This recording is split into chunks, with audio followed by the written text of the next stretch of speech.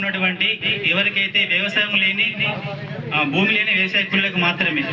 చాలా మంది మన దగ్గర వ్యవసాయం లేని చాలా మంది మెంబర్స్ ఉంటారు. దానికి సంబంధించి వాళ్ళు వ్యవసాయ కూలీ మాత్రమే చేయాలి 100%. మేము వేరే వారికి వేసుకుంటాము, మాకు ఆత్మీయ భరోసా కావాలంటే వాళ్ళు దానికి అనవరు.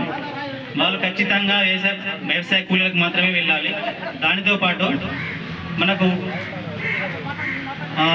2023-24 సంవత్సరం సంబంధించి కనీసం 100 రోజులకు కానీ 20 రోజులైనా వాళ్ళు పని ప్రజలకు ఇచ్చిన హామీలు నెరవేర్చే ప్రక్రియలో భాగంగా మన ప్రభుత్వం ఈ 26వ జనవరి నుండి 4 పెన్షన్ అవసరం లేదు. ఎవరైతే లిస్ట్ రాలేదో వాళ్ళు ఈ రోజు ఇక్కడ అప్లై చేసుకోవచ్చు.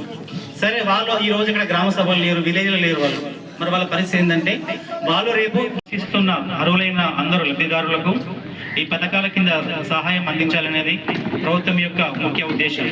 ఈ 4 పథకాలు ఇందిరమ్మ ఆత్మీయ భరోసా, రైతు భరోసా, కొత్త రేషన్ కార్డులు, ఇందిరమ్మ ఇండ్లు. దీంట్లో మొదటిది ఇందిరమ్మ ఆత్మీయ భరోసా. ప్రజాపాలనలో భాగంగా భూమి లేని వ్యవసాయ కూలీ కుటుంబాలకు సంవత్సరానికి 12,000 రూపాయల చొప్పున ఇందిరమ్మ ఆత్మీయ భరోసా పథకం అమలు చేయబడుతుంది.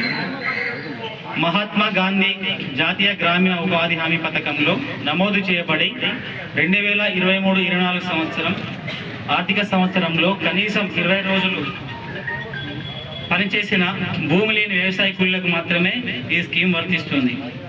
పై కార్యక్రమాలలో ఇంకాను మిగిలిపోయిన అర్హులైన లబ్ధిదారుల నుండి దరఖాస్తులు స్వీకరించి వారిని కూడా ఇందిరమ్మ ఆత్మీయ భరోసా పథకంలో చేర్చడం జరుగుతుంది. వచ్చేటటువంటి నివేదికను సమర్పించబడుతుంది. కాబట్టి ఎవరు కూడా కోపతాపాలకు కానీ ఆవేశానికి కానీ లోటు కావద్దని దయచేస్తున్నా.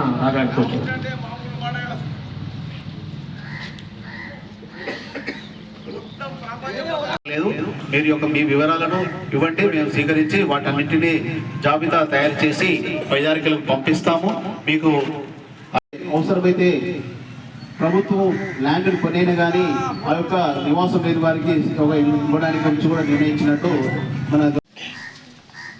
అలాగే ఈ స్కీమ్లో 2 రకాలుగా స్థలం ఉన్నవారి యొక్క జాబితా, స్థలం లేని వారి జాబితా. స్థలం లేని వారికి